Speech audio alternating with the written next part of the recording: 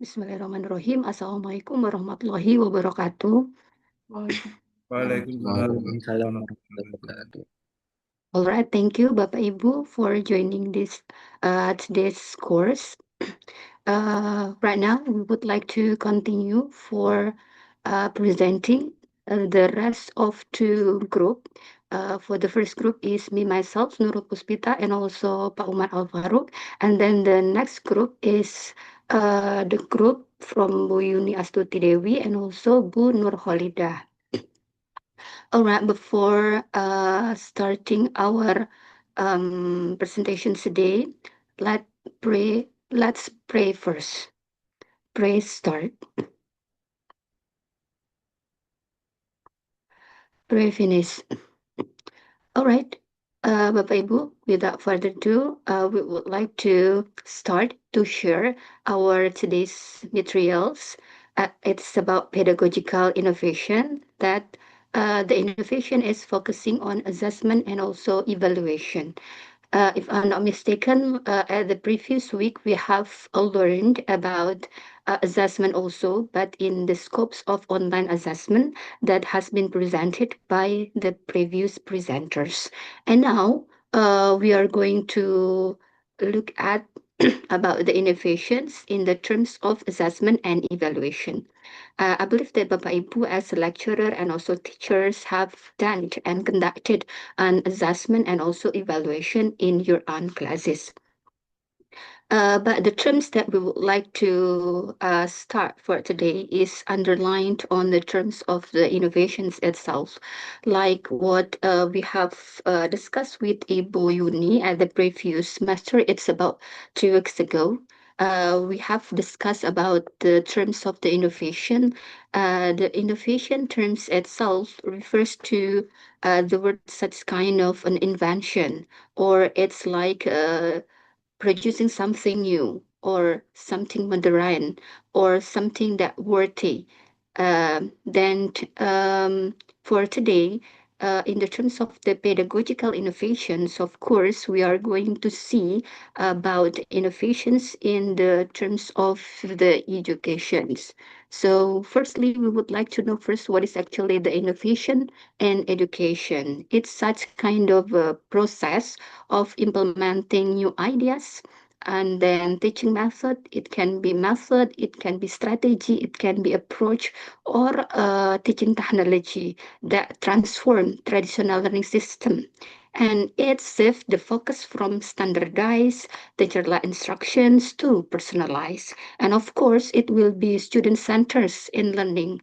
And then the aim of the innovations in education itself is that to improve the educational outcomes and better prepare students for the demand of the modern world.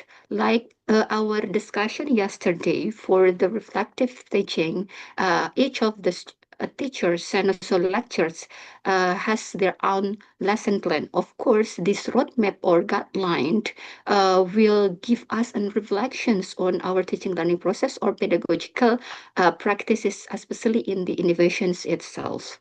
Therefore, we have done our innovations on our classroom practices. That's the terms of the innovation in educations. And now we are going to take a look at the major drivers of the innovations itself. Here I have quoted from Lonnie at 2009. There are four major drivers in the innovations in education. For the first one is that race, achievement, and equity.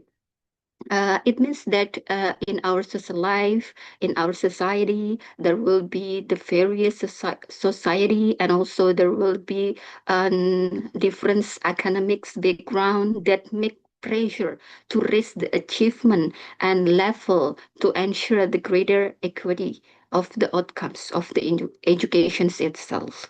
And the second one is that rapidly advancing technology. I believe that the use of informations and communications of the technology help us, bring us at our classroom practices, since we usually use such kind of digital tools to open new possibilities for teaching and learning process. And then the next one is change in the work and social life. This shapes like employment or family structures and social interactions that demand new competencies for the schools, institutions that would like to achieve the development or improvement.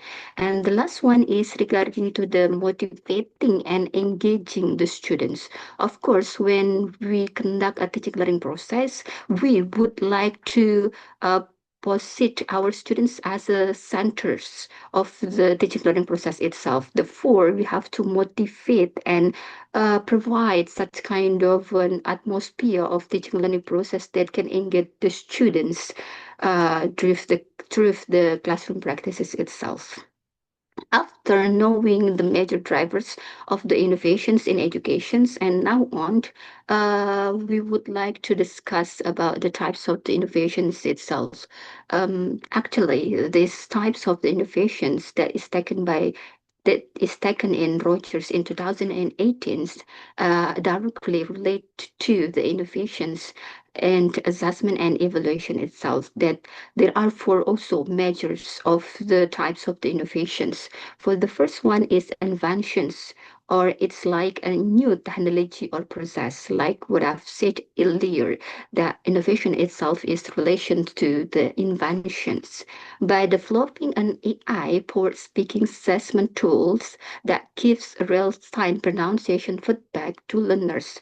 That's one of the examples of the use of the technology processes or the inventions that now on used by what is that, all the educators in all of the world, like the use of Elsa Speak, Duolingo speech engines, and there are many more AI that we can use for doing a speaking. And then the second one is that transfer or translations, like an idea from another context. It means that, like, for examples, adapting the flipped classroom model from general educations, like what we have uh, express at Isu Terkini courses, that it's such kind of one of the blended learning what is it, tools that we can use in the flipped classroom itself, that the students can watch the grammar video lesson at home because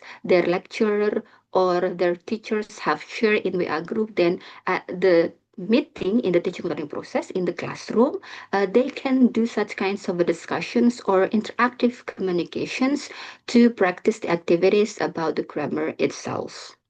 And then the third one is related to the pre-college.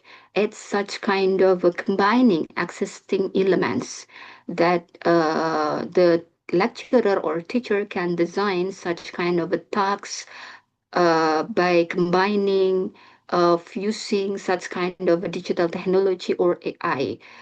For example, there will be combinations of using podcasts for teaching listening, and then collaborative Google Docs for teaching writing, and then Padlet debate for teaching speaking. And they are related each other because they combine each other to provide what is that interactive teaching learning process. And they are what is it, novel together, but novel together, because it will create creative ensemble of existing tools and the method itself. And then the last one is the systematization, or it making existing practice explicit. For example, like an experience of lecturer, intuitive way of giving corrective feedback during speaking tasks. It's observed, written up as a recast and reformulations protocol and share across the department. The simple examples, for example, like this one, when we are teaching, for example, teaching speaking, and then we ask our students to present their own result of discussion in front of the classroom, then there will be any ungrammatical error in their speaking, then we directly, what is it, make betterments or revisions directly by giving feedback, oral feedback or corrective feedback directly, but we do not point it the name of the students itself, and then we do not address or we do not ask our students that look at me and or pardon me or just repeat after me. No, but we just giving naturally on giving the corrective feedback itself. And I believe that Bapak Ibu have done it in our classroom practices. All right, that's the type of the innovations. And right now, we are going to see the implementations of the innovations of the assessment and also evaluation in English language teaching. But before it, I'd like to remind Bapak Ibu that I think it just I didn't what is that? Give the real exacts, but you are an expertise on it, especially in assessment and also in evaluations that Bu Emma's group have expressed and explained us about the assessment and evaluation. So we just remind it that there is any differences between assessment and also the evaluations on the terms of the purpose or the aims, and then the focus of the assessment and also the evaluation itself, and the timing and also the examples like what we have done right now in our schools in Indonesia that still what is it conducted such kinds of SAS. Now we can identify whether the SAS itself belongs to assessment or the evaluations. So we are going to look at the assessment first, Bapak Ibu. That assessment refers to the measures of the individual language proficiency, and then it is used to monitors progress and then provide diagnostics feedback to improve learning. In the other hand, evaluation, it's such kind of the result of the assessment itself. After we have gathering the data from the assessment, then we can make an evaluations or a judgment regarding to the data that we have gathered about whether the language course, curriculum, or teaching methodology was successful or not. Of course, there will be any differences between assessment and also evaluations in the terms of the focus itself. For example, that the assessment is focusing on the student's performance, such as the student's grammar mastery, vocabulary retentions, or the speaking fluency. But if in the evaluation, the focus is on the responsibility of the institutional from the success of the program itself, including teacher performance, resources allocation, syllabus design, and the institutions itself that have a judgment regarding to the program, whether it is successful or unsuccessful. And regarding to the timing, it's related to the time.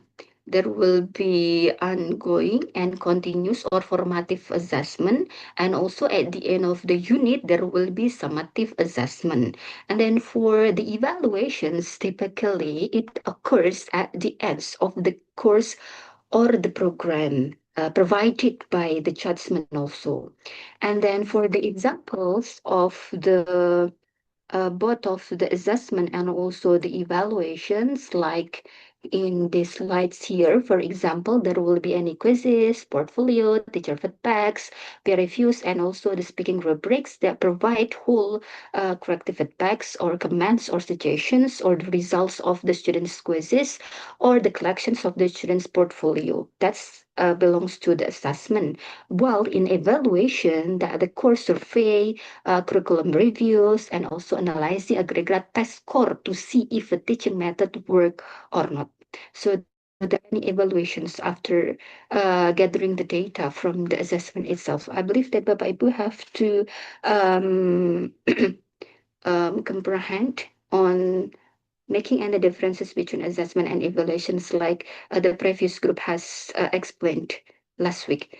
And this one is the visualizations or the illustrations or the link or the relationship between those 3 points that are assessment, evaluations, and also the teaching and learning process. So we can start it by emphasizes on the circular process rather than linear. So they are linked each other. They are links. They are combined each other. Then after conducting such kind of assessment, of course, we have gotten the data, and the data without any decision is useless. Therefore, we have to give our judgment or evaluation so that we can know what is the improvement or the development after conducting such kinds of the evaluations. I mean, assessment, and after that, we can what is that implement in our teaching learning process based on the consequences that we have gotten from the evaluation itself. All right. And then for the next one, after we have known the differences between assessment and also evaluation, now we come to the big questions. Why must assessment and also evaluation change? Like the previous definitions of the innovations itself that make it something new or inventions, it means that there are several reasons why it should be changed. Well, the first one is based on our what is that bad phenomena happened during the COVID-19 exposed post-pandemic description. In the first point is that I mean the COVID-19 expose that is both such kind of a deep inequities, accelerated need for a flexible and human assessment model. As we know that we our students are in the a different background on the economic and also what is that and pressure itself. Therefore, there will be inequities that students without stable internet connections maybe or stable devices or maybe their environment the do not provide quiet learning spaces for life behind. Therefore, we need to think about what the innovation should introduce or should save. It means that toward using such kinds of portfolio-based assessment, the students can collect their tasks in digital platforms, or maybe the lecturer and also teachers can ask the students to do such kinds of take-home tasks and then test real thinking, for example, rather than memorizations or the use of digital tools itself. So we can use such kinds of in synchronous or asynchronous of the teaching learning process. And then the second one is regarding to the rise of artificial intelligence and educational technology. For example, that when our students think that they can do everything by using ChatGPT, for example, like ChatGPT is one of the generative AI, right? And then if we are ask our students to make an essay, then they can directly ask to the ChatGPT or another generative AI. Of course, they will lose their meaning or their critical thinking. So this result of this rise of the AI here is that an assessment that asks the students to reflect on their learning process itself. And then the third one is regarding to the equity and social justice.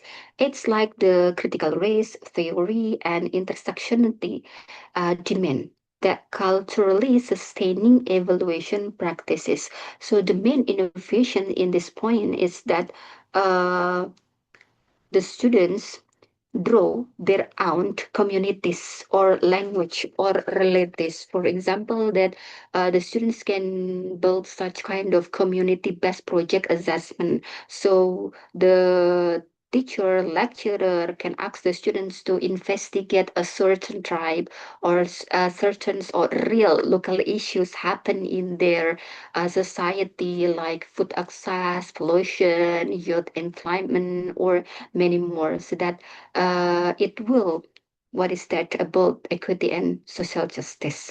And then the last one is I think is now in progress in the implement of the innovations and assessment and also evaluations is 21st century competencies that we are too familiar with these competencies like using critical thinking, creativity, communications, and also collaboration that the students can use their own creativity on breaking down or narrowing their own topic when they have received writing tasks, for example. Then they can do such kinds of collaborations, communications with their groups, since we have asked the students to to do such kinds of community-based project in their group or community.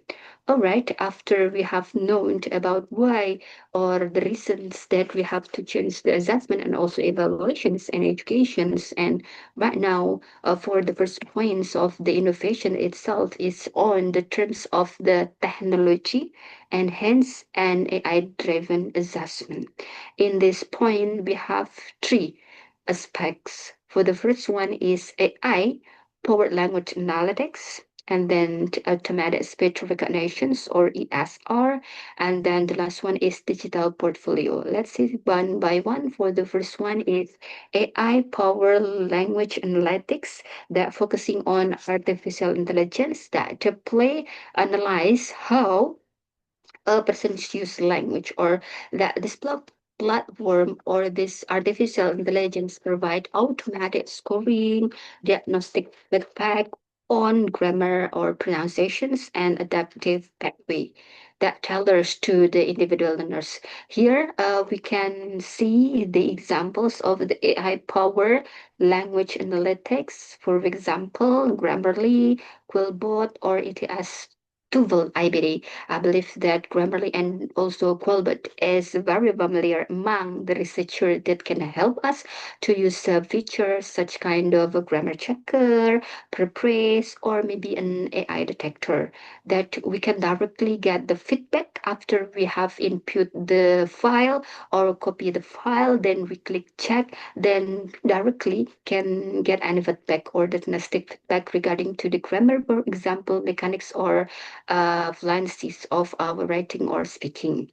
And now on, we are going to go to the next point is that automatic speech recognitions or ASR.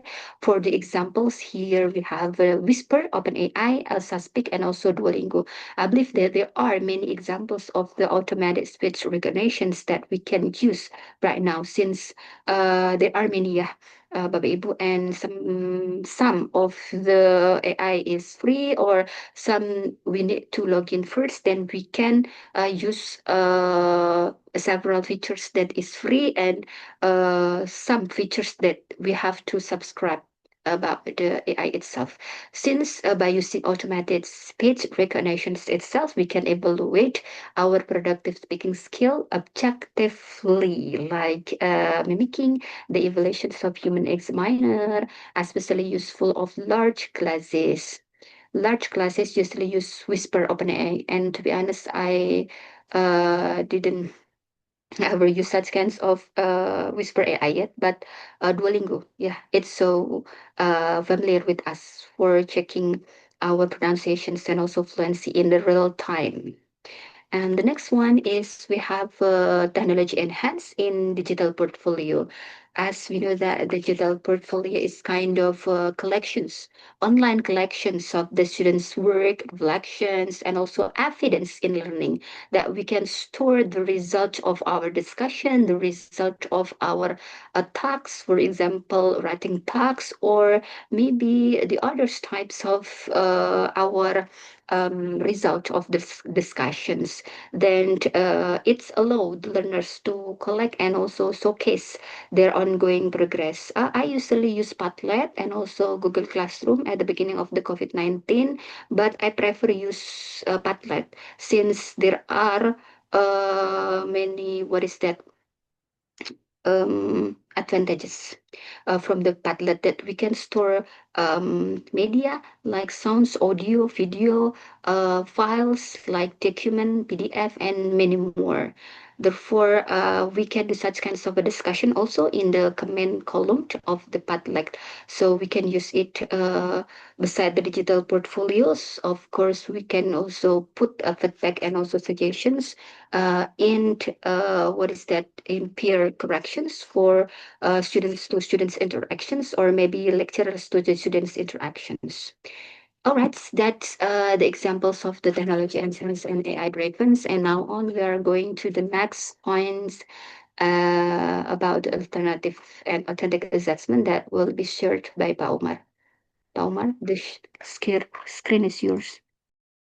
All right, thank you, Nurul. Okay, well, Bapak Ibu, after we are discussing about the example of innovation assessment, especially dealing with the technology, we're going to the next innovation in assessment.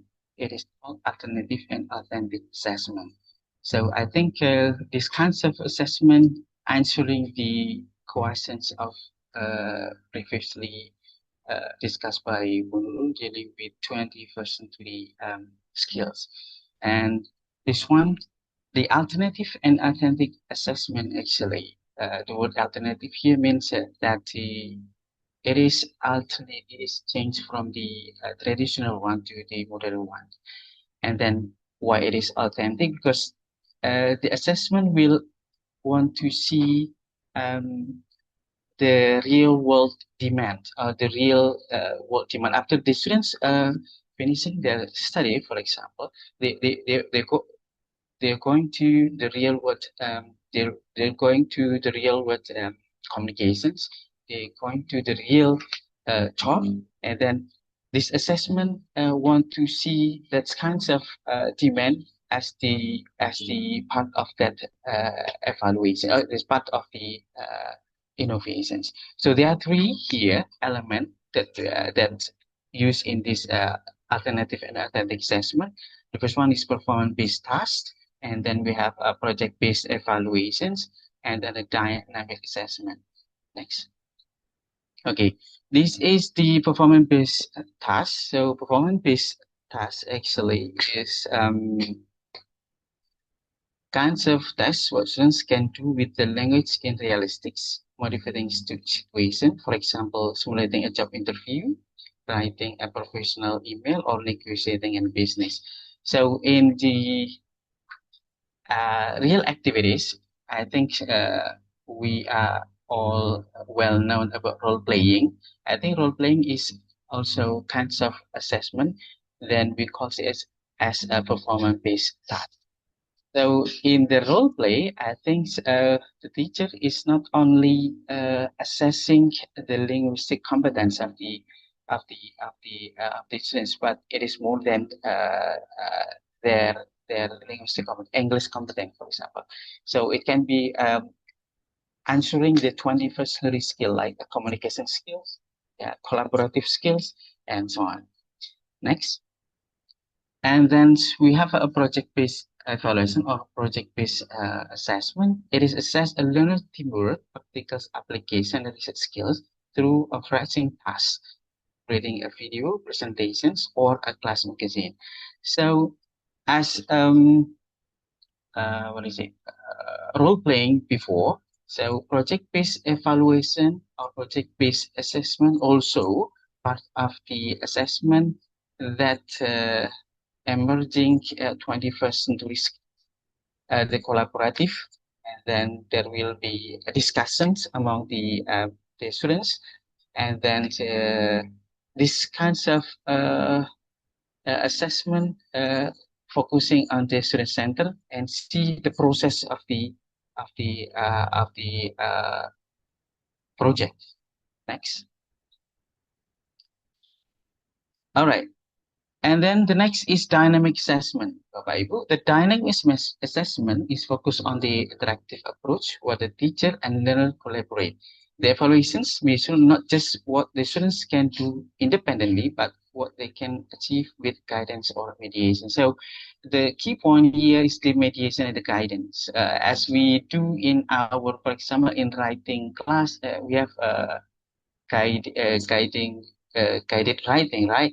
Guided writing. So the guided writing, we guide the students from the start to the end of the process.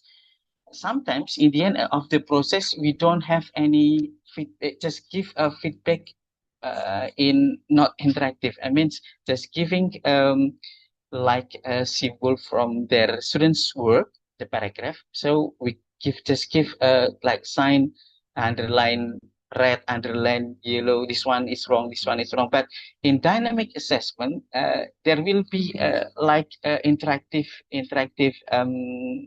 assessment between teacher and the student. So the teacher or the students can ask to the teacher dealing with why this one is wrong, why this one is correct. Then they have a discussion. So the mediation or guidance of the dynamic assessment is that in that part of the final of the assessment of the writing in this case. Right? And then we go to the evaluation, Bapak Ibu.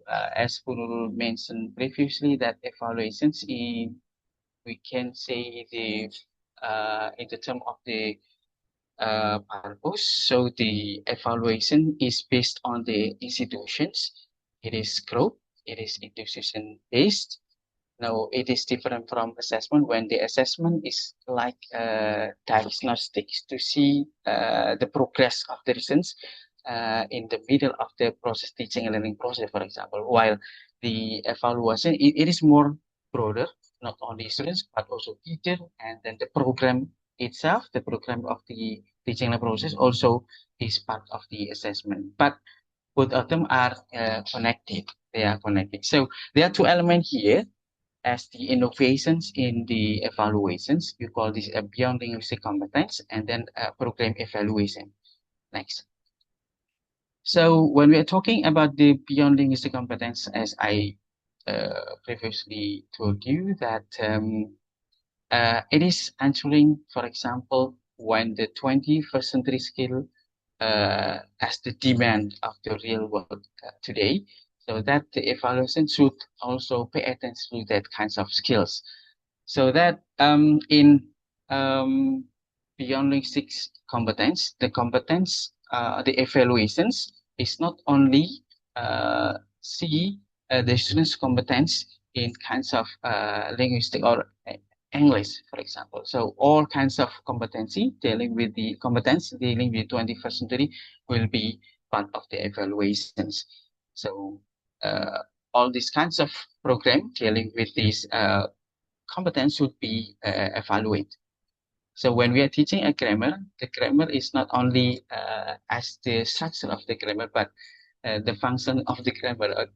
How can we use such kind of grammar in the real life communications? Next. And then program evaluations. As I told you that evaluations is institutional based. So that in these innovations, uh, the experts propose that the innovations of evaluation is not only from the teacher itself, it's not only from the students itself, it's not only come from the institution itself, but it is kind of a collaborative evaluation. So the voice of the evaluation, the voice of the assessment come from the students, come from the teacher, and come from the institution. And when they are three of them are combined, it can to be the it can be kinds of evaluation. So, for example, when we are teaching about English for specific purposes in our campus, it's kinds of program. So we can institution can evaluate the progress, evaluate the ESP program, whether it is work or not, for example. And then the institution is not only see the ESP from the voice of the students, but they also see the voice from the teacher or the lecturer, so that their data, we call this as a multi-model data, so come from all stakeholders that can be part of the innovation in evaluations. All right, next. Well, but we come to the end of the presentation today.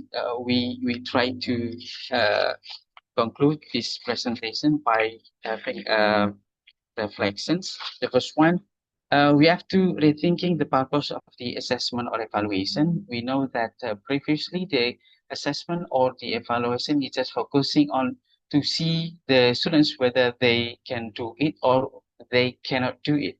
It's just one one snapshot, understanding of students' competence. They can do it or they cannot do it. But today we have to think that this is a process. This is a process. So the purpose of the assessment is kind of giving them, let them doing the process, and then we see the process as the whole, not in the end of the process. So it is process based, and then we have to know that technology as a tool, not as a it's not a single solution. I think we agree about this because technology as a tool, it is help us to do the assessment or evaluations. And then the urgency of the change, of course, because of the demand of the uh, society, demand of the 21st century skill, something like that. So the assessment and evaluation should be changed. And then the last one, so all these kinds of evaluation or assessment should be do in holistic competence. So do it as the holistically. It is do as not only from the teacher perspective, student's perspective, and it will you can see from the all stakeholders of education to see the assessment and evaluation itself. I think that's all our presentations. Back to Nurul. All right, thank you, Pa Umar, for uh, fulfilling the students' presentations. And now we are going to the next group for Bu Yuni and Bu Hasan. Yeah, the screen is yours. With Bu Nur Kholidah. I'm sorry, with Bu Nur Kholidah. Okay. Okay, thank you, Bu Nurul and Pak Umar, who has already presented the great presentation about pedagogical innovation, innovating assessment and evaluation. Now it's time for us to continue. This will be the last group. We will talk about leading innovation, action research, and curricular leadership. Oke, bismillahirrahmanirrahim. Assalamualaikum warahmatullahi wabarakatuh, Bapak Ibu. Waalaikumsalam warahmatullahi wabarakatuh. Thank you. The presentation agenda today, the first one is foundation. We will talk about action research for a while because last time we have discussed it with another subject, right? So action research here, not only about action research in education, but also there is a relationship with something like business or higher education or anything. Okay. Definition of next book. Definition of action research is action research is a systematic, often collaborative inquiry conducted by practitioners to improve their own practice and organizational performance. And unlike traditional research, action research seeks to simultaneously achieve action, change in the organization, and research new knowledge or theory generation. In teaching learning process, action research is something to make it better in education. But in this action research, talking about organization or knowledge, there will be a change and something new about the organization or the knowledge.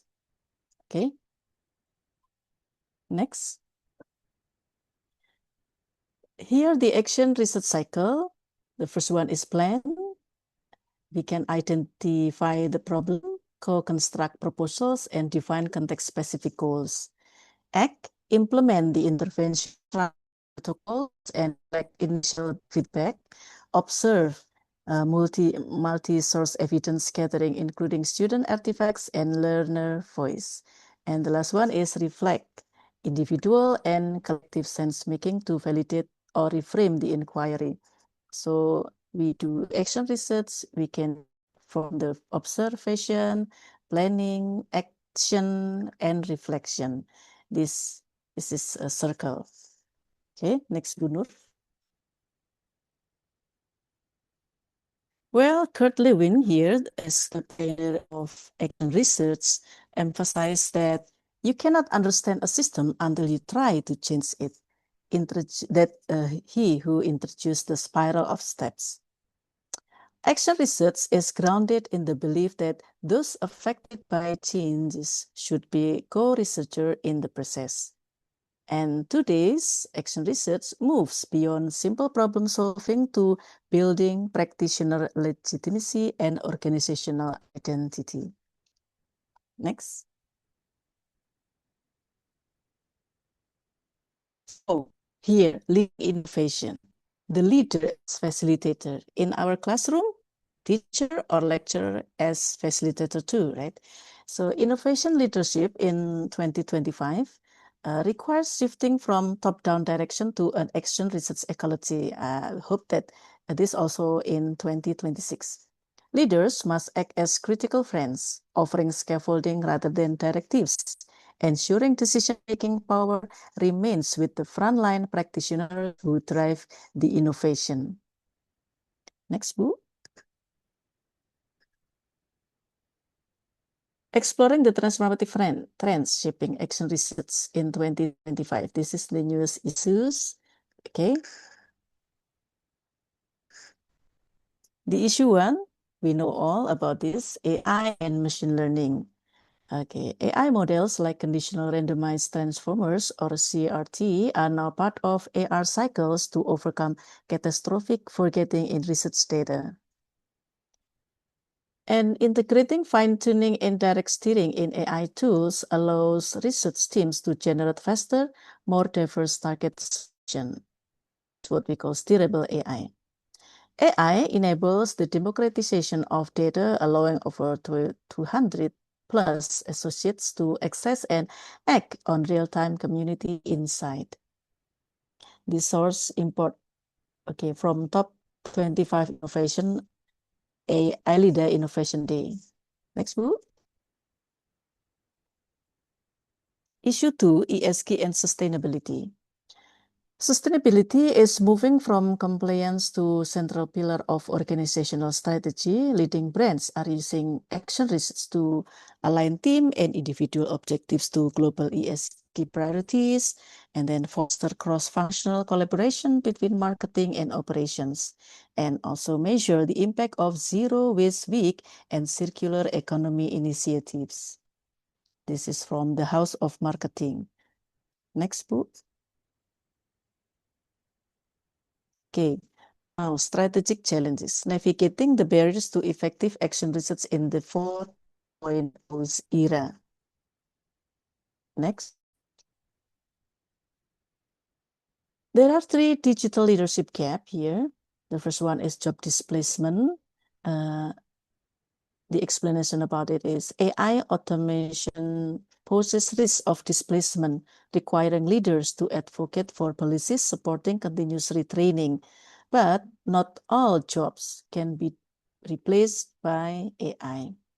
And then competency shift. Managers now need competencies in intercultural communication and trust building in virtual settings. Upskilling imperative. Leaders must create environments for developing both technical IT skills and soft self-management skills.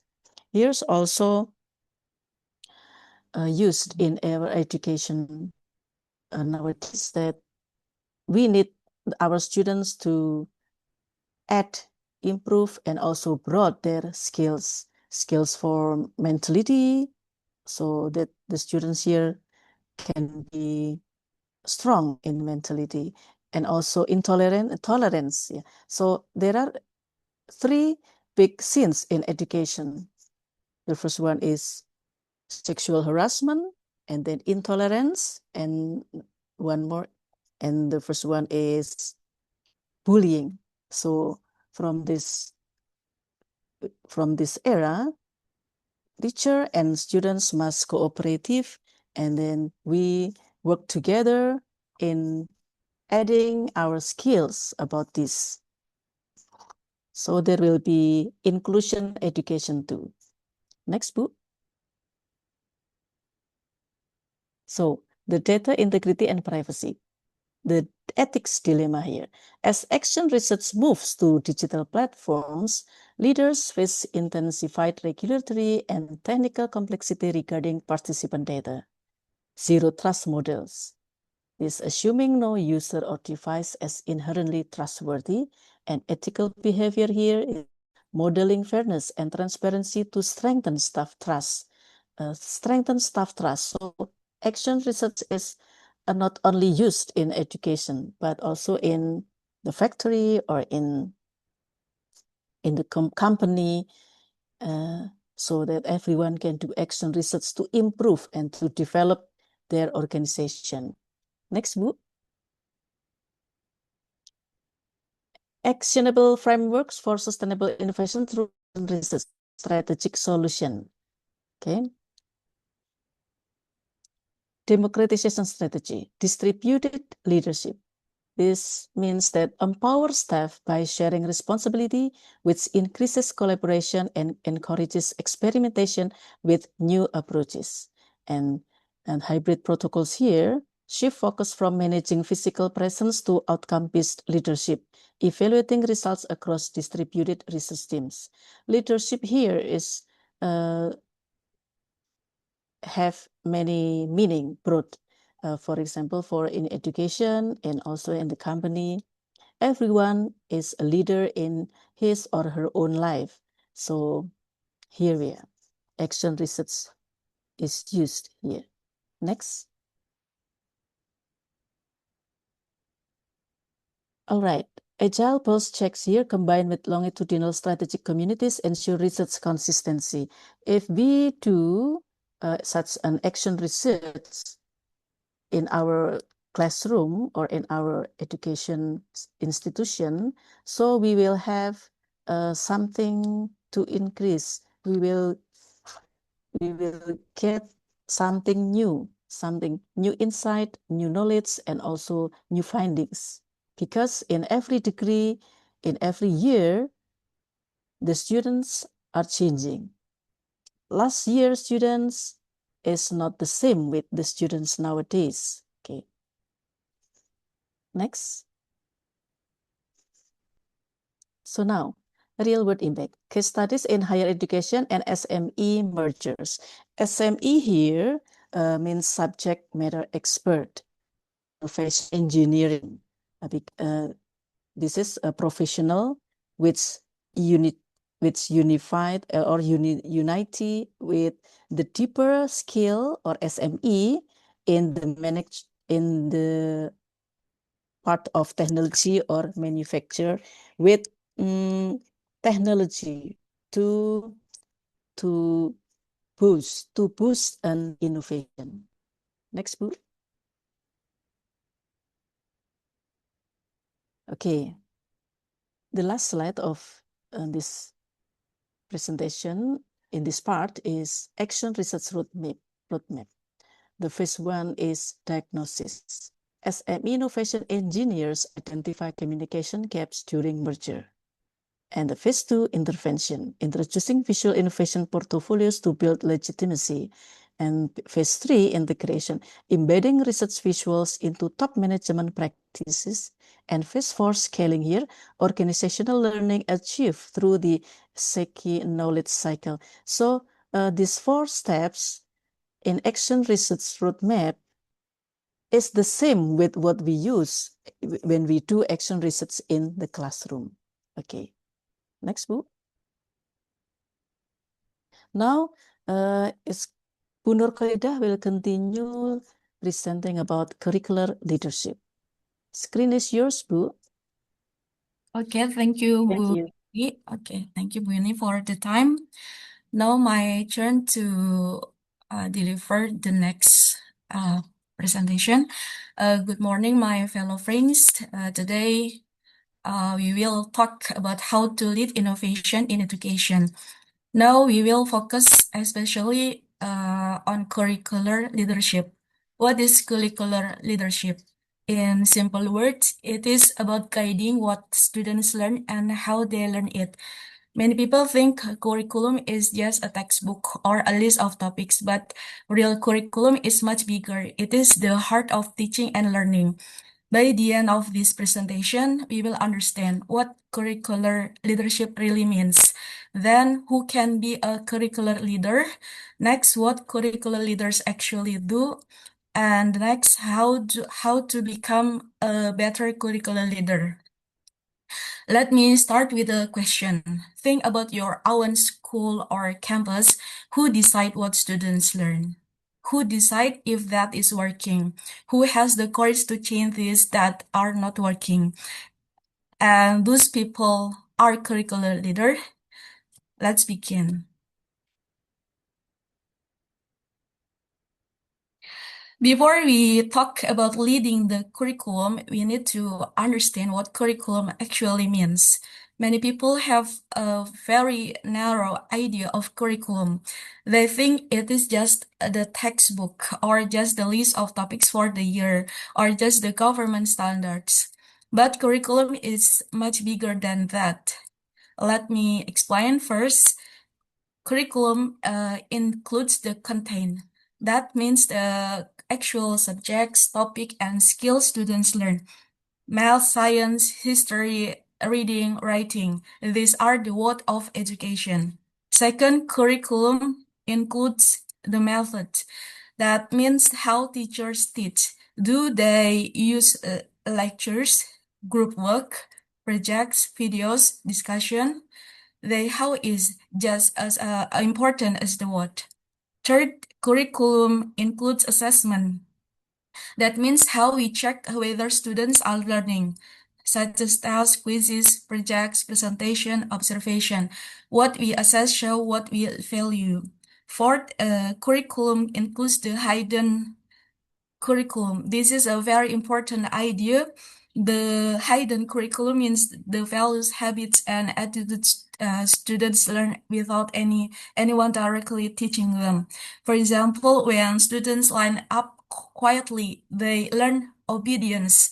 When teachers always call on the same students, some learn that their voice don't matter. The hidden curriculum is powerful, and curricular leaders must pay attention to it. So when we talk about curricular leadership, we are talking about leading all of these things, not just the textbook, not just the standards, everything. Now, let me explain what it means to lead the curriculum. Now, let me give you a clear definition of curricular leadership. Curricular leadership is the process of guiding, designing, implementing, and evaluating what students learn. Notice that I said process, not position. This is important. Curricular leadership is something you do, not something you are.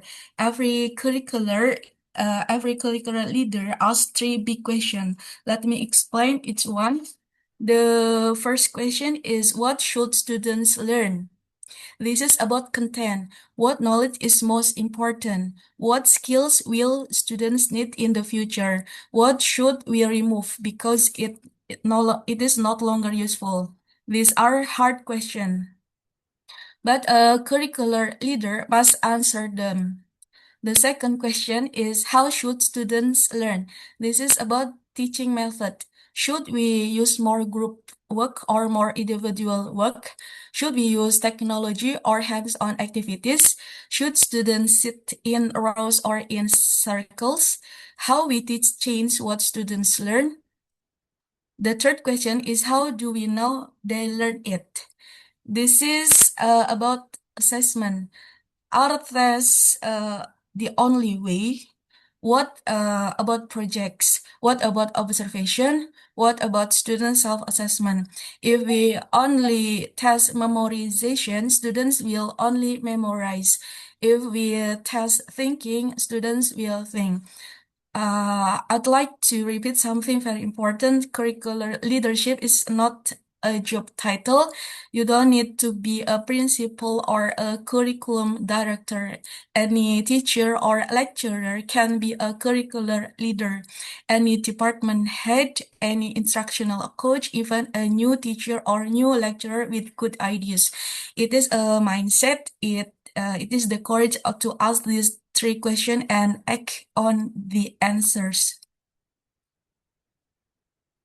Let me make a very important distinction.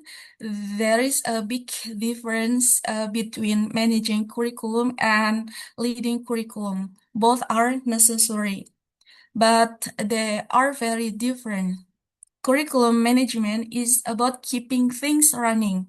It includes ordering textbooks, making schedules, filling out forms, and following rules from the district office. Managers make sure things do not break. This is important work. Without managers, schools or campus would be chaos. But curriculum leadership is different. Leadership is about creating vision, evaluating what works, advocating for change, removing what doesn't work, and building teacher or lecturer capacity. Leaders ask, are we doing the right things? Managers ask, are we doing things right? Let me give you an example. A curriculum manager makes sure every teacher or lecturer has a copy of the new math or lecturer's textbook. That is good, but a curriculum leader asks, is this math textbook actually helping our students? Should we even be using a textbook at all? Maybe we should use online resource and hands-on project instead. Here is the problems in most schools. Schools spend 90% of their energy on management and only 10% on leadership. They order books, make schedule, and fill out forms, but they never stop to ask, is this working? Should we change something? A good school or campus needs both management and leadership. But if you have to choose leadership, because good leadership will tell you what to manage, but good management will never tell you how to lead. So as we continue today, I'd like you to think in your school or campus, are you spending more time managing curriculum or leading curriculum? And what is one thing you could change to lead more? Now let me answer an important question. Who are curricular leaders? The answer might surprise you. Many people think only the principal or the curriculum director is a curricular leader. That is not true. Curricular leadership is a shared responsibility. Many different people can and should be curricular leaders. Let me divide them into 2 groups, formal leaders and informal leaders. Formal curricular leaders are people with official titles. These include the principal or head of school or campus, the curriculum coordinator or director, department heads like the head of the math department, of English department, instructional coach who help teacher improve, and grade level teachers who lead things of teacher. These people have formal authority. They can make official decisions. They can approve new courses or new materials. Their leadership is expected. But in informal curricular leaders are just as important. These are classroom teachers who take initiative. They try new things in their classroom. They share what works with colleagues. They ask hard questions at staff meetings, and they do not have a special title, but they lead anyway. A teacher who say, I tried a new way to teach fraction, and here is my data, is a curricular leader. A teacher who says, this curriculum is not working for my struggle student, let's fix it, is a curricular leader. Here is my point here is my main point. You do not need a little to be a curricular leader. You need a mindset. You need the courage to ask, is this working for our student? And you need to courage to act on your answer. Every teacher, every teacher or lecturer in this room can be a curricular leader. Let me introduce to the 4 pillars of curricular leadership. Think of this as the leg of a table. If any leg is weak, the whole table is unstable. Pillar 1 is relevance. A relevant curriculum connects to students' lives and futures. When students ask, why do I need to learn this? A relevant curriculum has a good answer. For example, teaching fraction is more relevant when you show how fractions are used in cooking, sports, statistics, or music. Teaching history is more relevant when you connect past events to today's news.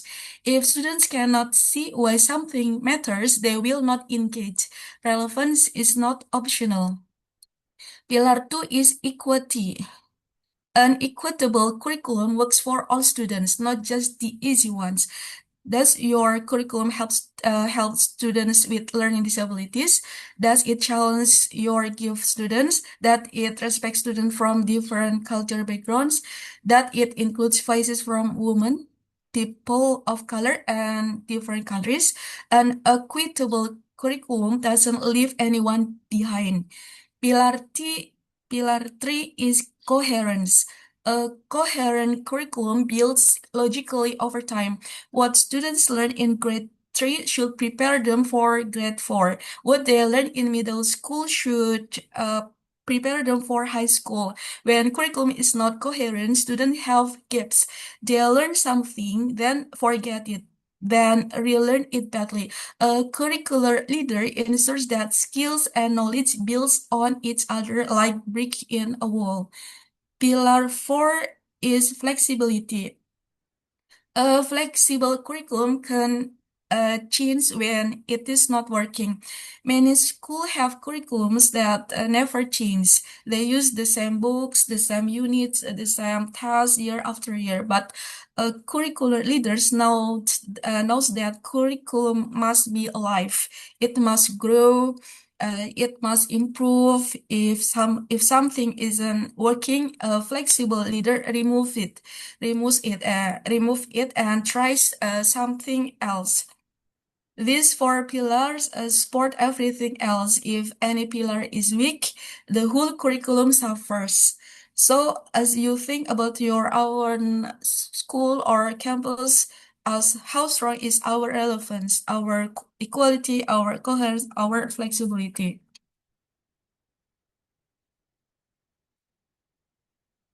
Let me go deeper into the first pillar, relevance. This is perhaps the most important pillar because it affects student motivation. When students ask, why do I need to learn this? They are not being difficult. They are asking a legitimate question. If we cannot give them a good answer, we should not be teaching it. So how do we build relevance? Let me give you 5 practical strategies. First, connect content to students' daily lives. For example, use sports statistics to teach math, using song lyrics to teach poetry, use social media to teach persuasive writing. When students see the word in the classroom, they pay attention. Second, show real-world applications. Do not just teach abstract skills. Show where they are used. When teaching letter writing, have students write actual letters to local leaders. When teaching fractions, have students follow a recipe and adjust portion. Real application creates a real motivation. Third, include student choice and voice. Let students choose what topics to research. Let them choose how to show what they learn. When students have control, they care more. They care more. Even small choice matter. Do you want to write an essay or make a video? Fourth, update outdated content. Be honest, some things we teach are no longer useful. Cursive handwriting, maybe not. Memorizing state capitals, maybe not. Curricular leader has the courage to remove things that no longer serve students. Fifth, ask students what interests them. Don't guess, ask, give a simple survey like what topic do you want to learn about? What problems in your community matters to you? Students have good ideas, and so we need to listen to them.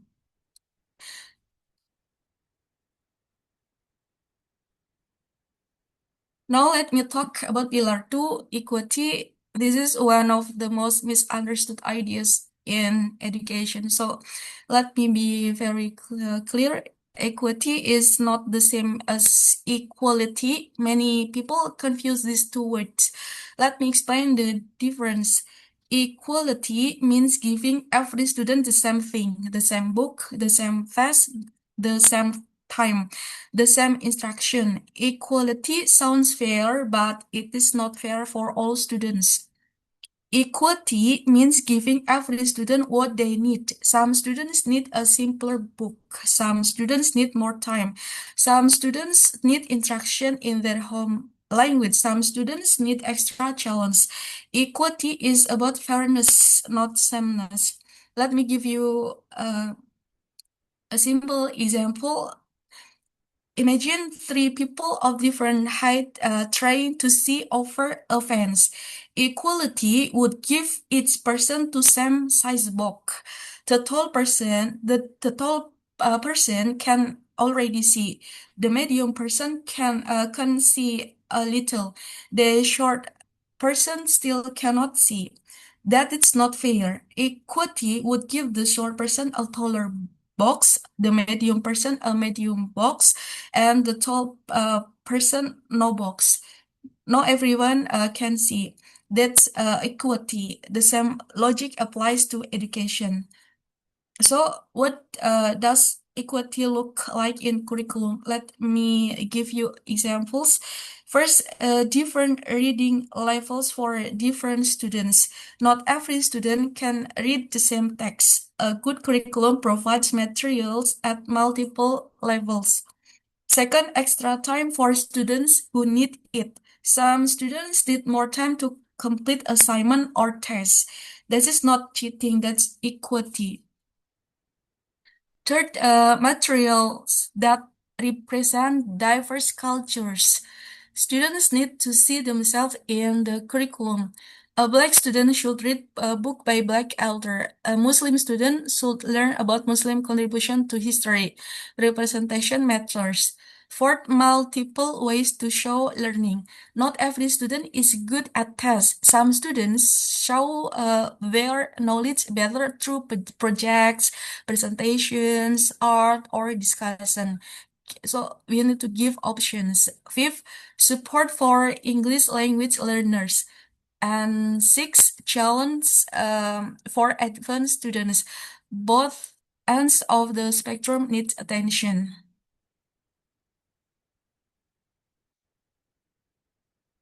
Let me explain Pillar 3, coherent. This pillar is about how knowledge builds over time. A coherent curriculum means that skills and knowledge are organized logically. What students learn in grade 3 prepares them for grade 4. What they learn in grade 4 prepares them for grade 5. Each year builds on the previous year. When a curriculum is not coherent, students have gaps. They learn something 1 year, then do not use it for a year, then forget it, then have to relearn it badly. This is inefficient and frustrating for students. Let me give you an example of an incoherent curriculum. In grade 3, students learn basic fraction in grade 4, the teacher doesn't teach fraction at all because they are not in the standard for that grade. In grade 5, a new teacher starts fraction again from the beginning because she assumes students have forgotten. This is a gap. Students lose a whole year of fraction development. Now let me give you an example of a coherent curriculum.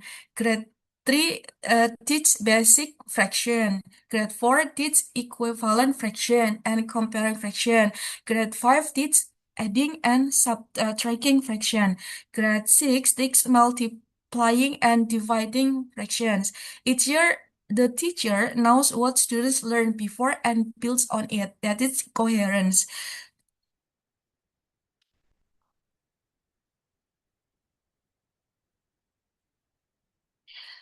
Now, let me talk about pillar 4, flexibility. This is the pillar that many schools ignore, and that's a big problem. Many schools have a curriculum that never changes. They use the same textbook for 10 years.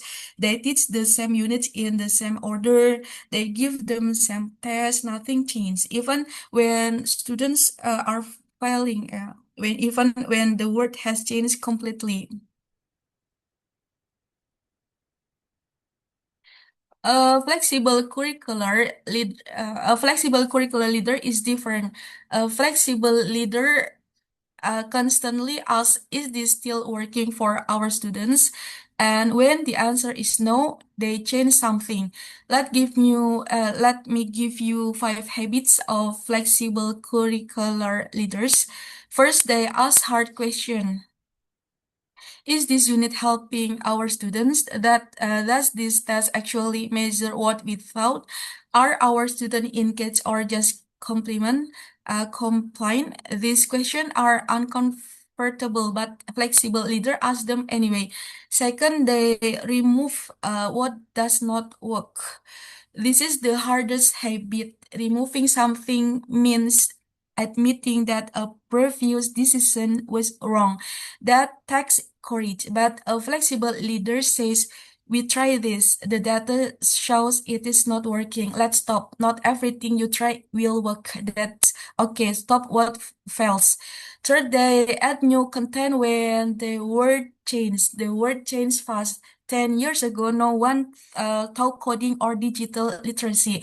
Now these are essential. 10 years ago, no one taught about fake news or media literacy. Now these are essential. A flexible curriculum changes with the word. Fourth, they use data to make decision, not tradition. Tradition says we have always done it this way. Data says here is what is actually happening. A flexible leader trusts data more than tradition. If the data says something is not working, change it, even if you have done it for 20 years.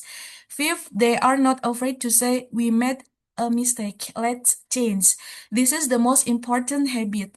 Many leaders refuse to admit mistakes. They keep doing the wrong thing because they are embraced to change. A flexible leader says, I was wrong, now let me fix it.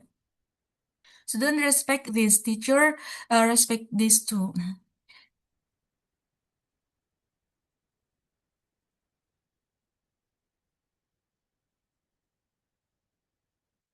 Now, let me explain the different levels where curricular leaders work. You don't need, you don't have to start at the top level. In fact, most good leaders start small. Level 1 is macro level.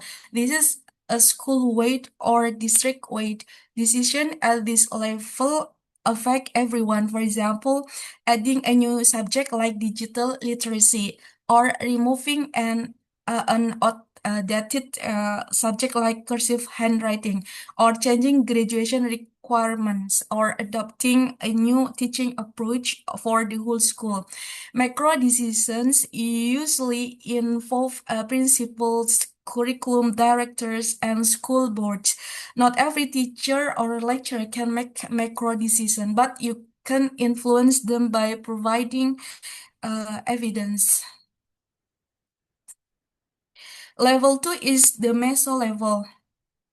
This is grade level or department level. For example, the 5th grade team decides to change the order of their math topics, or the science department decides to add a project-based learning unit, or the English department choose new books to read. Meso decision involve department heads and grade level teams. Most teachers can participate in meso decision. Level 3 is the micro level. This is the individual classroom. Every teacher has complete control at this level. You can change your own teaching method. You can use different materials for different students. You can try a new assessment strategy. You do not need permission for micro decision. You just need courage. Here is the important point. Most curricular leaders start at the micro level. They try something new in their own classroom. They collect evidence that it works, then they share with their grade level meso.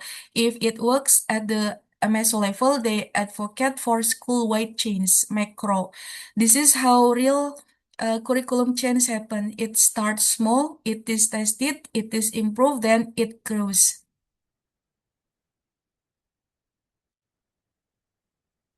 Now let me connect action research to curricular leadership.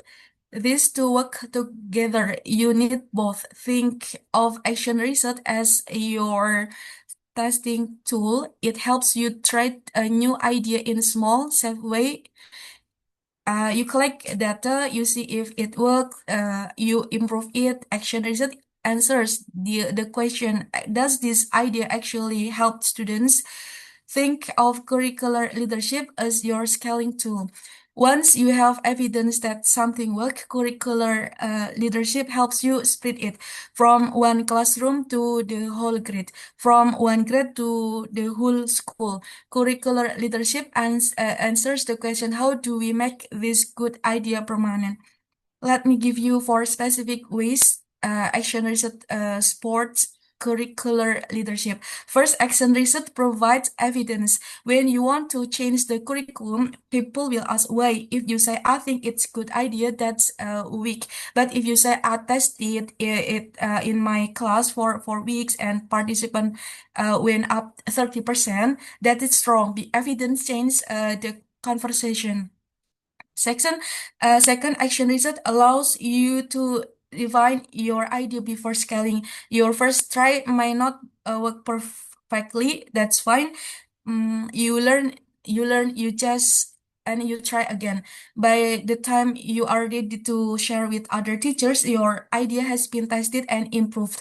You are not asking college to experiment with a raw idea. Third, action research gives you credibility.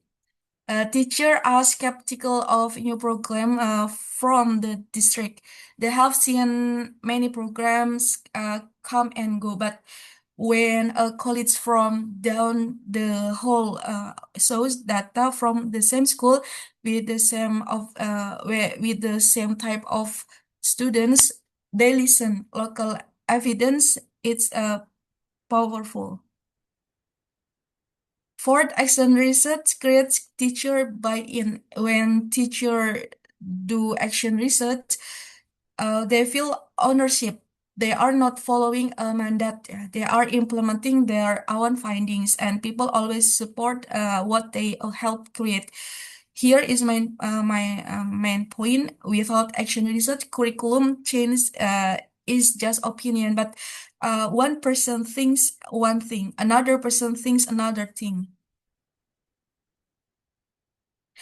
Not with action research, curriculum change is evidence-based. You have data, you have proofs, you have a path of forward. Now let me give you practical steps. You can start this. You do not need a budget. Step 1, start with question. What is one thing you want to improve? Be specific. Do not say, I want to improve education. Say, I want more students to participate in class discussion. Step 2, collect simple data. Before you change anything, count how many students participate. Write it down. This is your baseline. Step 3, try one small change. Do not change everything, just one thing. For example, try think pair shot instead of whole class questioning. Step 4, observe what happens. Count again. Did participants co-op? Did students seem more engaged? Write down what you see. Step 5, share with one college. Tell one person what you tried and what happened. Do not keep your learning secret. Teaching is a collaborative profession. Step 6, ask your team to try it. Invite other teachers or lecturers on your grade level to test the same idea. Help them collect data. Step 7, present at a staff meeting. Volunteer to give a 5-minute presentation. Show your data, explain what you learned, keep it simple. Step 8, advocate for curriculum change. If your idea work, ask to update the official curriculum. Maybe it becomes a recommended strategy for everyone. Maybe it becomes a required practice. Step 9, repeat the cycle. Find another problems, start another action research cycle, never stop improving. Step 10, mentor other teachers. Teach others how to be curricular leaders. Share your templates, share your process, build a culture of inquiry. Start with do not wait for a permission. You are already a curricular leader. Let me save you time and frustration. Here are the most common mistakes curricular leaders make. So we need to avoid them and you will succeed much faster. Mistake 1, trying to change too much at once. Many new leaders want to fix everything. They create a long list of problems. They try to solve all of them at the same time. This is never works. You become exhausted. Nothing improves. So the solution is start with one small change, just one. Finish it, then do another. Mistake 2, changing without evidence. A leader says, I have a feeling this isn't working, so let's change everything. Feelings are important, but they are not evidence. The solution is collect data before you change. Collect data after you change. Compare it. Only change when the data tells you to. Mistake 3, ignoring teacher resistance. A leader makes a decision alone and tells teachers to follow. Teachers resist, the leader gets frustrated. So the solution is involve teachers from the beginning. Ask for their input, let them test ideas in their own classrooms. When teachers help create the change, they support the change. Mistake 4, keeping change secret. A teacher tries something wonderful. It works brilliantly. Then they tell no one. The idea dies in one classroom. The solution is share everything. Send an email, post on a bulletin board, give a 2-minute update at a meeting. Sharing multiples your impact, and so on. Mistake 5, giving up after one failure. A leader tries something, it doesn't work perfectly, then they say, see, it failed. Let's go back to the old way. But the first try almost never works perfectly. The solution is to at least to circle. Try, learn, adjust, and try again. Improvement takes time. Mistake 6, forgetting about equity. A leader makes a change that helps some students but hurts others. They don't notice. The solution is always ask, who is being left behind? Check your data for different groups of students, girls and boys, different races, students with disabilities, English learners. If some groups are not improving, change your approach. So the conclusion is avoid this mistake. So we will save time and we will help more students.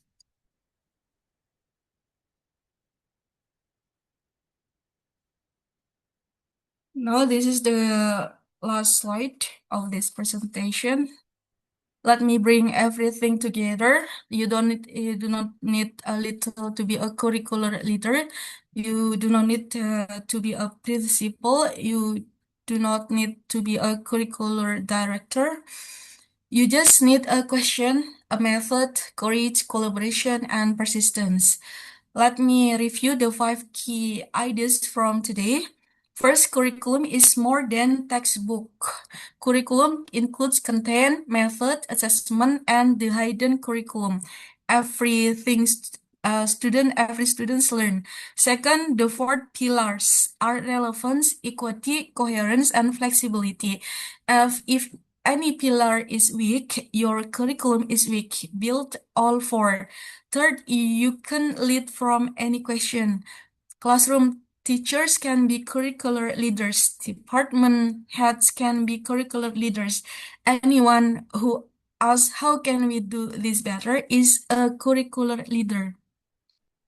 Fourth, action research provides evidence. Do not change based on opinion. Change based on data. Test your ideas, collect evidence, then share what you learn. Fifth, start small, share openly, update regularly. Do not try to change everything at once. One small change at a time. Share your result with colleagues, update the official curriculum when something works. Let me end with a quote. I believe believe the best curriculum is not written once. It's discovered daily through inquiry and courage. Okay, thank you. Here are the reference I use. So that's all for the my presentation. I will give it back to Bu Yuni. Thank you very much. Alhamdulillah. Thank you so much, Bu Nur Kholidah, for the incredible, insightful, and thought-provoking presentation on curricular leadership. Now, I'll give it back to Bu Nurul as the first speaker. Thank you. All right, thank you, Bu Yuni, and also Bu Kholidah for the great presentations about action research and business, and also curricular leader. All right. For today, we have 2 topics about innovation in assessment and evaluations, and also the second one is about action research and critical leaderships. Based on my own experience in doing an innovations about assessment and also evaluations in my own classes, I think the 4 major drivers and also the types of the assessment and also the evaluations has been implemented, and all the drivers has been has been conducted also during the teaching and learning process or the classroom practices in our own that we have used such kinds of the technology, but the technology is not the one that we should drive in doing the teaching learning process, but it's such kind of a media or supporting tools. It's based on our own experience. And how about Bapak Ibu experience? Actually, I believe that you have your own or interesting experience regarding in the use of the innovations that is implemented in assessment, evaluations, and also in action research or in curricular leaderships. How about Pak VP? I'm still wondering on implementing such kind of what is that an assessment or an evaluations in the terms of the what is that an innovations on it, since we have known that there are 2 kinds of an assessment. There are informative assessment and also summative assessment that we are or usually use such kind of AI powered technology to give an feedback or suggestions to our students regarding to English language skills like listening, speaking, reading, and writing. And can you give us any experience, Pawibi, about the primary students, primary students, and adapting or and using such kind of an innovations in assessment or even in evaluations?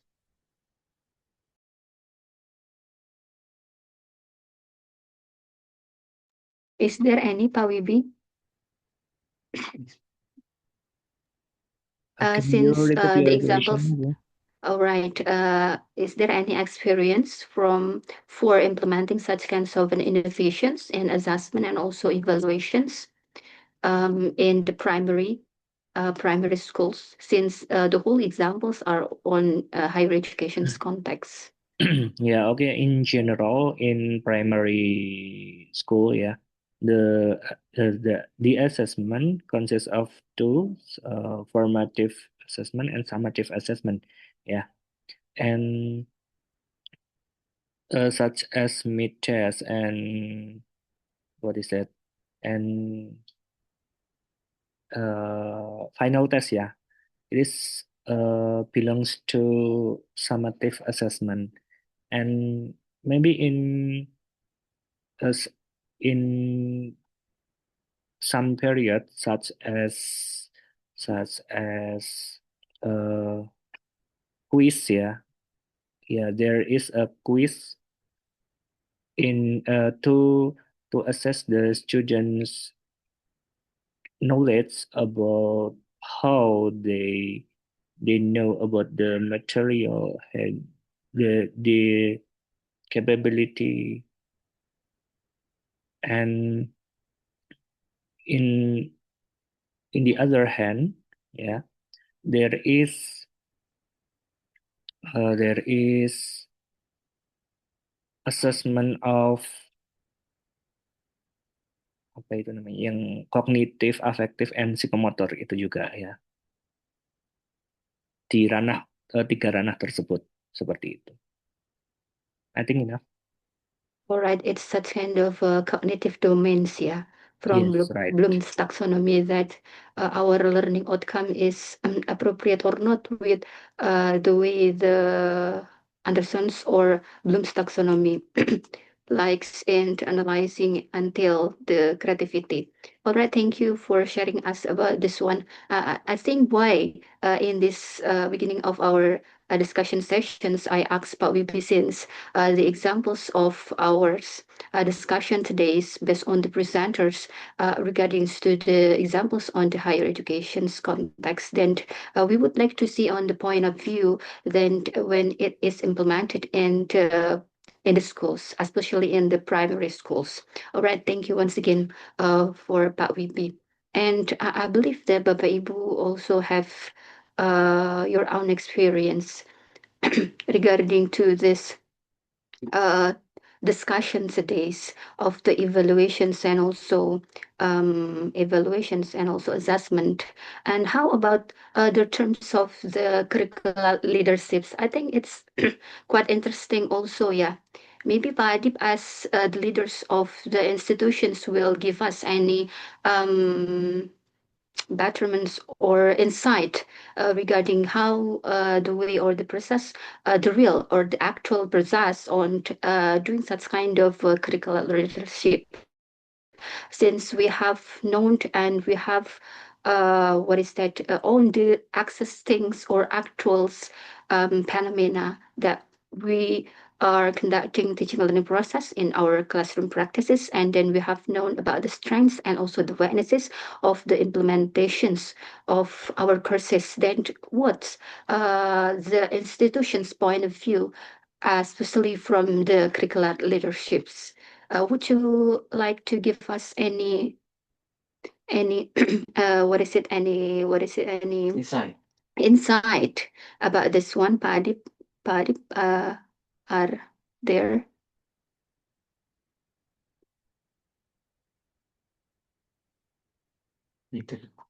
Since it's quite what is it to appropriate with our today's discussion that one of our member of the class is one of the leaders in the institutions, then we can see what is the way or the process of the curricular leadership, since Bu Kholidah have explained us regarding to the accent research.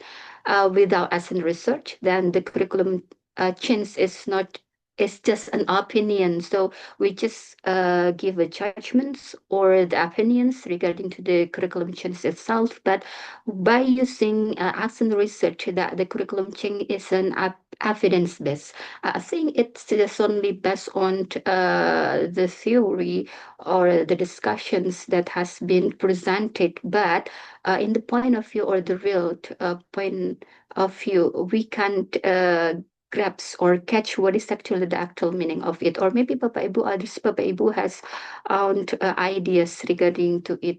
Maybe Bu Yuni as vice of the kepala sekolah ya Bu. Wakil kepala sekolah Bu Yuni. Bidang kurikulum. Yeah, maybe it's quite appropriate, yeah, for us to share us about this one. Thank you, Bu Nurul. Well, talking about curricular leadership, this is not a job or a position, but this is only a set of action and mindset actually. So everybody, every teacher can be curricular leadership, because curricular leadership is not a job. This is not an additional task or position at school, but this is mindset and a set of action that we as teacher or maybe as lecturer, we can learn three things: content, pedagogy, and assessment. What students learn, and then how they learn, and how do we know that they learn, the students learn about it. So this motivates us about how to develop everything in our classroom. So this is what we combine, that the second presentation is about leading innovation, action research, and curricular leadership. So it combines, and this is not only talking about action research in classroom, CAR, classroom action research, not only about in the classroom, but broader than that. Action research, it can be from organization, school wider, or maybe in the classroom, or maybe individual. Oh, I want to make it better in teaching narrative. So I do something, I do a research about this, and then I take the assessment of the student, and then from the pedagogy, from the content of it, I want to use this method or this strategy like that. So this what we call curricular leadership. So once again, curricular leadership is not a job or a position at school or at the campus, but this is only a mindset. It is a set of action to develop everything, and to develop and to grow. Okay, that's all, Ibu Nurul. Thank you. All right, thank you, Bu Yuni, for the clarifications that accent research and also curricular leaderships can be done by everyone, teachers and also lecturers. But what I mean here is that yes, the everyone can do it well for themselves, their class, and also their institutions. But it's only a POV, yeah, point of view, yeah. Fortunately, of course, here we have also a leader in institutions. The four, I just want to see or want to ask their own experience regarding to this one. And we have had light, yeah, those two things after we have presented those two materials. And now it's time for us to do more another discussions about it, or maybe Bapak Ibu still would like to give us any suggestions or comments, or still on the setting sessions based on your own valuable experience regarding to the assessment, evaluations, action research, and also curricular leaderships. All right, Pak Adib have with us right now. Please, Pak Adib, for give us any insightful experience in the proof or point of view as the institution leader. I think the experience shared by the other audiences have represented what I have done, Bu Nurul. So sorry for not sharing the experience that perhaps I have experienced before. But I think what has been mentioned by the other audiences, yeah, was also representing what I have done. Yeah, we have the same or similar experience basically. Maybe Bu Atia, yeah, wants to add more. Seems that she has a lot of the experiences on this topic. Sorry buat Bu Nurul ya. All right, thank you, Pak Adib. How about Bapak Ibu? Others, we have Pak Wibi from the point of view on primary schools. Bu Yuni from the junior high schools. And how about the others?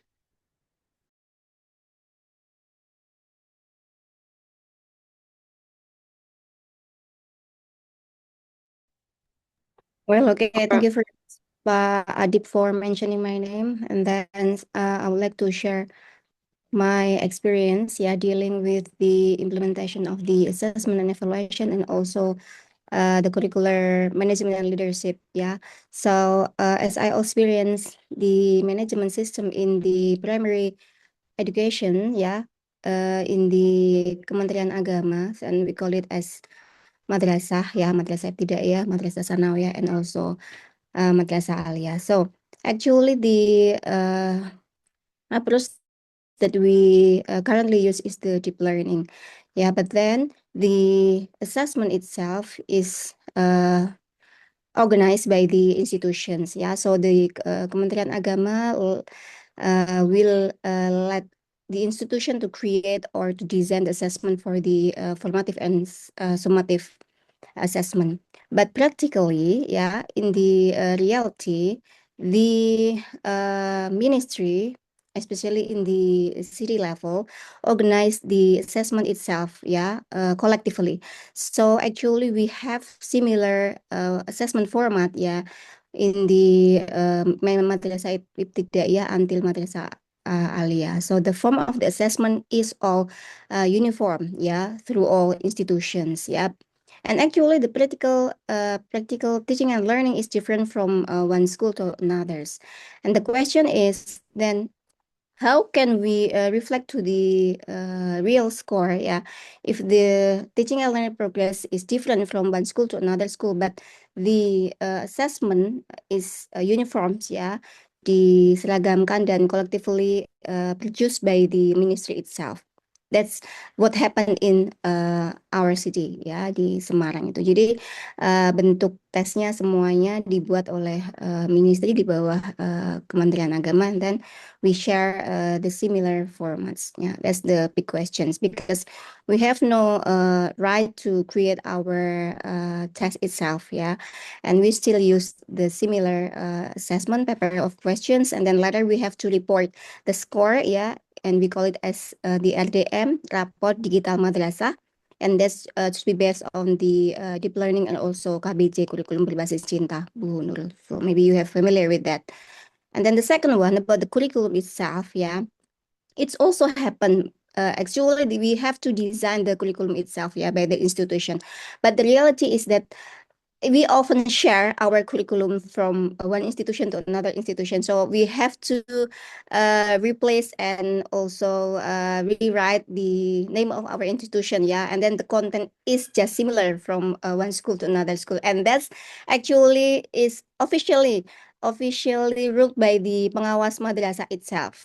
Wes gak usah ngel-ngel, sudah dibuat aja itu kurikulumnya sama, tinggal diganti nama madrasahnya dan sebagainya. Itu adalah what happened in the real conditions, di lapangan, dan itu emang undercover, seperti itu yang terjadi. Because if we would like to design maybe or would like to revise the curriculum, we have no time to do that. But there are so many things that we have to do, including many times in the schools.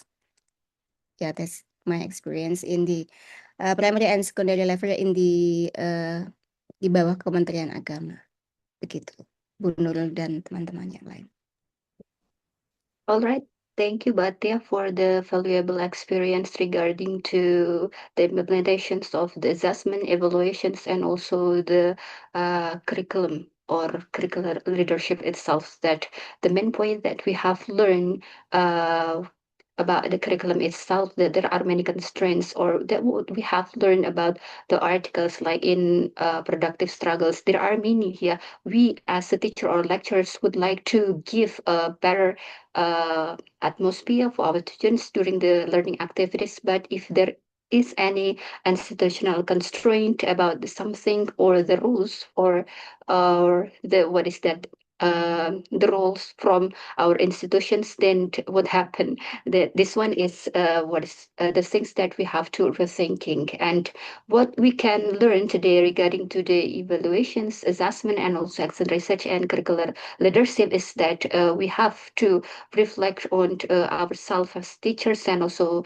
a lecturer. Then we can do what is it, the things that it's appropriate on our classroom practices.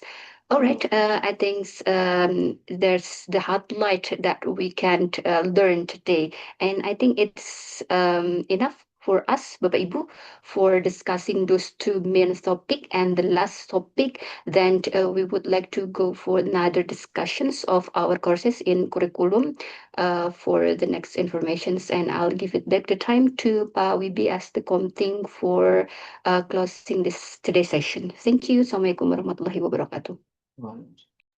Waalaikumsalam. Waalaikumsalam warahmatullahi. Thank you, Bapak Ibu. I will stop the recording now.